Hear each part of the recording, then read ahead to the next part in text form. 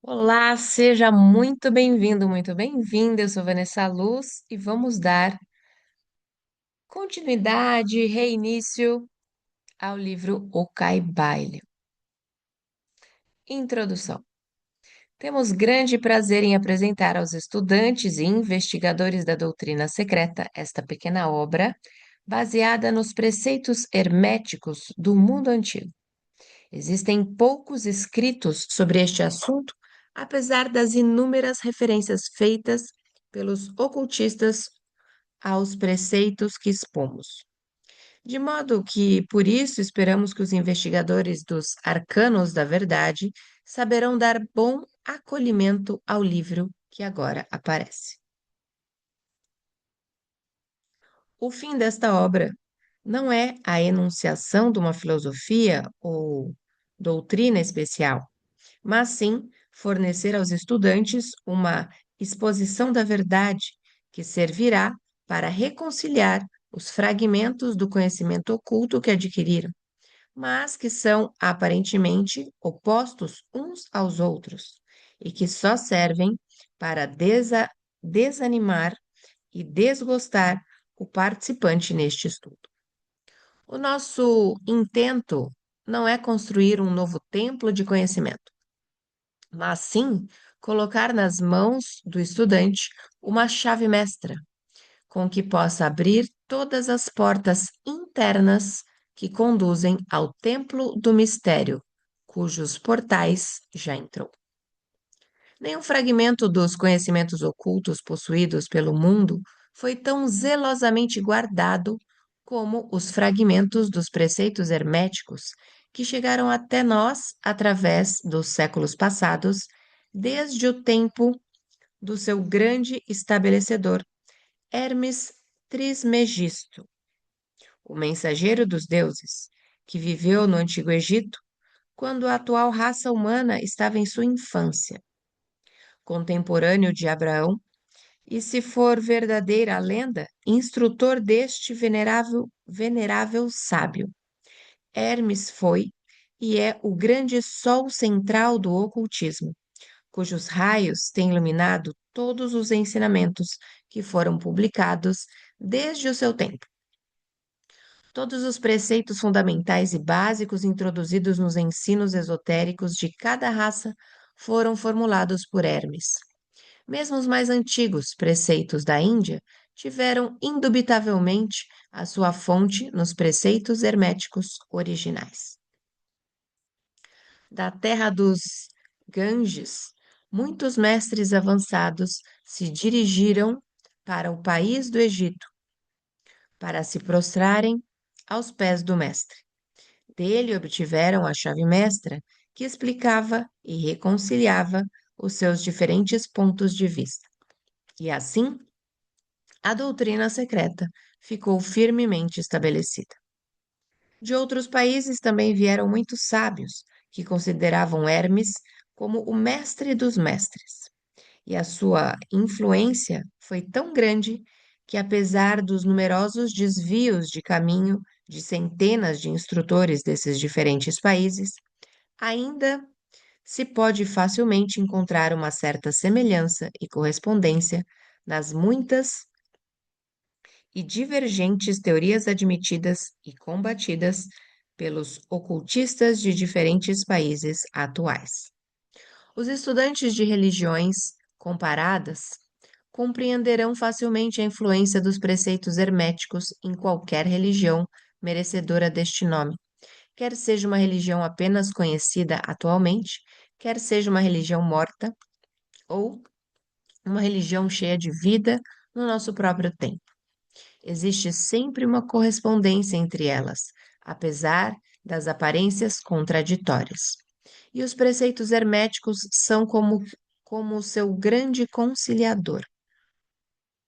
A obra de Hermes parece ter sido feita com o fim de plantar a grande verdade semente, que se desenvolveu e germinou em tantas formas estranhas, mais depressa do que se teria estabelecido uma escola de filosofia que dominasse o pensamento do mundo.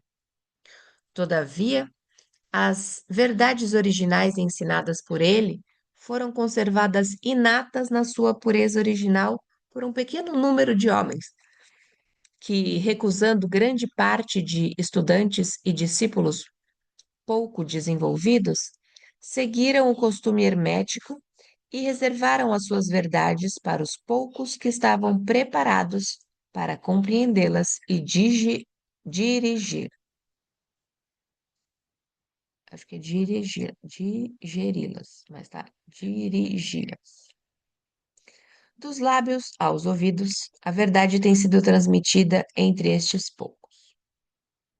Sempre existiram, em cada geração e em vários países da Terra, alguns iniciados que conservaram viva a sagrada chama dos preceitos herméticos e sempre empregaram as suas lâmpadas para reacender as lâmpadas menores do mundo profano.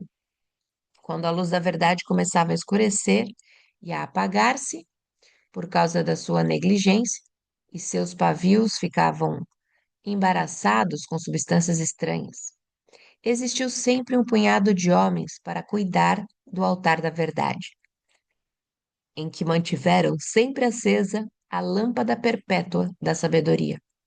Estes homens dedicaram a sua vida a este trabalho de amor que o poeta muito bem descreveu nestas linhas. Ó, não deixeis apagar a chama, mantida de século em século, nesta escura caverna, neste templo sagrado, sustenta, sustentada por puros ministros do amor. Não deixeis apagar esta divina chama. Estes homens nunca procuraram a aprovação popular, nem grande número de prosélitos. São indiferentes a estas coisas porque sabem quão poucos de cada geração estão preparados para a verdade ou podem reconhecê-la se ela lhes for apresentada. Reservam a carne para os homens feitos, enquanto outros dão o leite às crianças. Reservam suas pérolas de sabedoria para os poucos que conhecem o seu valor e sabem trazê-las nas suas coroas, em vez de as lançar aos porcos vulgar, de as lançar ao porco vulgar que enterrá-las-ia na lama e as misturaria com o seu desagradável alimento mental. Mas esses poucos não esqueceram nem desprezaram os preceitos originais de Hermes, que tratam da transmissão das palavras da verdade aos que estão preparados para recebê-la, a respeito dos quais, diz o Caibalion, em qualquer lugar que se achem os vestígios do Mestre, os ouvidos daqueles que estiverem preparados para receber o seu ensinamento se abrirão completamente. E ainda, quando os ouvidos do discípulo estão preparados para ouvir, então vêm os lábios para enchê-los com sabedoria. Mas a sua atitude habitual sempre esteve estritamente de acordo com outro aforismo hermético também do Caibalion. Os lábios da sabedoria estão fechados, exceto aos ouvidos do entendimento. Os que não podem compreender são os que criticaram esta atitude dos hermetistas e clamaram que eles não manifestavam o verdadeiro espírito dos seus ensinamentos nas astuciosas reservas e reticências que faziam. Porém, um rápido olhar retrospectivo nas páginas da história mostrará a sabedoria dos mestres, que conheciam que era uma loucura pretender ensinar ao mundo o que ele não desejava saber, nem estava preparado para isso. Os hermetistas nunca quiseram ser mártires. Antes, pelo contrário, ficaram silenciosamente retirados, com um sorriso de piedade nos seus fechados lábios, enquanto os bárbaros se enfureciam contra eles nos seus costumeiros divertimentos de levar à morte e à tortura os honestos, mas desencaminhados entusiastas, que julgavam ser possível obrigar uma raça de bárbaros a admitir a verdade, que só pode ser compreendida pelo eleito já bastante avançado no caminho. e o espírito de perseguição ainda não desapareceu da terra.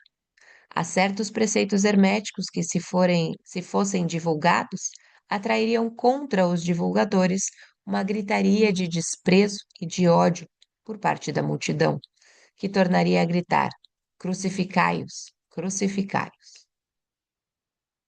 Nesta obra, nós nos esforçamos por vos oferecer uma ideia dos preceitos fundamentais do Kybalion, procurando dar os princípios acionantes e vos deixando o trabalho de os estudar, em vez de tratarmos detalhadamente dos seus ensinamentos. Se fordes verdadeiros estudantes, podereis compreender e aplicar estes princípios. Se o não fordes, deveis vos desenvolver, porque de outra maneira os preceitos herméticos serão para vós somente palavras, palavras, palavras. Os três iniciados. Capítulo 1. A filosofia hermética. Os lábios da sabedoria estão fechados, exceto aos ouvidos do entendimento. O Kybalion. Do Velho Egito saíram os preceitos fundamentais esotéricos e ocultos que tão fortemente têm influenciado as filosofias de todas as raças, nações e povos por vários milhares de anos. O Egito, a terra das pirâmides e da esfinge, foi a pátria da sabedoria secreta e dos ensinamentos místicos. Todas as nações receberam dele a doutrina secreta. A Índia, a Pérsia, a Caldeia, a Média, a China, o Japão, a Síria, a antiga Grécia e Roma e outros países antigos aproveitaram lautamente dos fastos do conhecimento que os hierofantes e mestres da terra de Ísis tão francamente ministravam aos que estavam preparados para participar da grande abundância de preceitos místicos e ocultos que as mentes superiores deste antigo país tinham continuamente condensado. No Antigo Egito, viveram os grandes adeptos e mestres que nunca mais foram superados, e raras vezes foram igualados. Nos séculos que se passaram desde o tempo do grande Hermes. No Egito estava estabelecida a maior das lojas dos místicos. Pelas portas dos seus templos entraram os neófitos que mais tarde, como hierofantes, adep- adeptos e mestres, se espalharam por todas as partes da terra, levando consigo o precioso conhecimento que possuíam, ansiosos e desejosos de ensiná-los àqueles que estivessem preparados para recebê-lo. Todos os estudantes do oculto conhecem a dívida que têm para com os veneráveis mestres deste antigo país. Mas, entre estes grandes mestres do Antigo Egito, existiu um que eles proclamavam como o mestre dos mestres. Este homem, se é que foi verdadeiramente um homem, viveu no Egito na mais remota antiguidade. Ele foi conhecido sob o nome de Hermes Trismegisto. Foi o pai da ciência oculta, o fundador da astrologia, o descobridor da alquimia. Os detalhes de sua vida se perderam devido ao imenso espaço de tempo, que é de milhares de anos. E apesar de muitos países antigos disputarem entre si a honra de ter sido a sua pátria, a data da sua existência no Egito, na sua última encarnação neste planeta, não é conhecida agora, mas foi fixada nos primeiros tempos das mais remotas dinastias do Egito, muito antes do tempo de Moisés. As melhores autoridades consideram-no como contemporâneo de Abraão, e algumas tradições judaicas dizem claramente que Abraão adquiriu uma parte do seu conhecimento místico do próprio Hermes. Depois de ter passado muitos anos da sua partida deste plano de existência, a tradição afirma que viveu 300 anos. Os egípcios deificaram Hermes e fizeram dele um dos seus deuses sob o nome de Thoth. Anos depois, os povos da antiga Grécia também o deificaram com o nome de Hermes, o deus da sabedoria. Os egípcios reverenciaram por muitos séculos a sua memória, denominando-o o mensageiro dos deuses e ajustando-lhe como distintivo o seu antigo título, Trismegisto, que significa o três vezes grande, o grande entre os grandes. Em todos os países antigos, o nome de Hermes Trismegisto foi reverenciado, sendo esse nome considerado como sinônimo de fonte de sabedoria. Ainda em nossos dias, empregamos o termo hermético no sentido de secreto, fechado de tal maneira que nada escapa, etc. Pela razão que os discípulos de Hermes sempre observaram o princípio do segredo nos seus preceitos. Eles ignoravam aquele não lançar as pérolas aos porcos, mas conservavam o preceito de dar leite às crianças e carne aos mais feitos, aos homens feitos. Máximas que são familiares a todos os leitores das escrituras cristãs, mas que já eram usadas pelos egípcios muitos séculos antes da era cristã. Os preceitos herméticos estão espalhados em todos os países e em todas as religiões, mas não pertencem a nenhuma seita religiosa particular. Isso acontece por causa das advertências feitas pelos antigos instrutores, com o fim de evitar que a doutrina secreta fosse cristalizada em um credo. A sabedoria desta precaução é clara para todos os estudantes de história. O antigo ocultismo da Índia e da Pérsia degenerou-se e perdeu-se completamente, porque os seus instrutores tornaram-se padres e misturaram a teologia com a filosofia, vindo a ser, por consequência, o ocultismo da Índia e da Pérsia gradualmente perdido no meio das massas de religiões, superstições, cultos, credos e deuses. O mesmo aconteceu com a antiga Grécia e Roma, e também com os preceitos herméticos dos gnósticos e cristãos primitivos, que se perderam no tempo de Constantino e que sufocaram a filosofia com o manto da teologia, fazendo assim a Igreja perder aquilo que era sua verdadeira essência e espírito, e andar às cegas durante vários séculos, antes de tomar o seu verdadeiro caminho. Porque todos os bons observadores deste 20º século dizem que a Igreja está lutando para voltar aos seus antigos ensinamentos místicos. Apesar de tudo isso, sempre existiram algumas almas fiéis que mantiveram viva a chama, alimentando-a cuidadosamente e não deixando a sua luz se extinguir. E graças a estes firmes corações e intrépidas mentes, temos ainda conosco a verdade. Mas a maior parte desta não se acha nos livros. Tem sido transmitida de mestre a discípulo, de iniciado a hierofante, dos lábios aos ouvidos. Ainda que esteja escrita em toda parte, foi propositalmente velada com termos de alquimia e astrologia, de modo que só os que possuem a chave podem na ler bem. Isto era necessário para evitar as perseguições dos teólogos da Idade Média, que combatiam a doutrina secreta a ferro, fogo, pelourinho, forca e cruz. Ainda atualmente, só encontramos alguns valiosos livros de filosofia hermética, apesar das numerosas referências feitas a ela nos vários livros escritos sobre diversas fases do ocultismo. Contudo, a filosofia hermética é a única chave mestra que pode abrir todas as portas dos ensinamentos ocultos.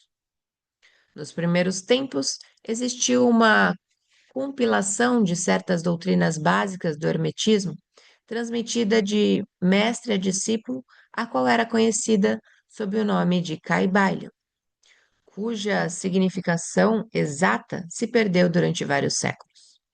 Este ensinamento é, contudo, conhecido por vários homens, a quem foi transmitido dos lábios aos ouvidos, desde muitos séculos. Estes preceitos nunca foram escritos ou impressos até chegarem ao nosso conhecimento.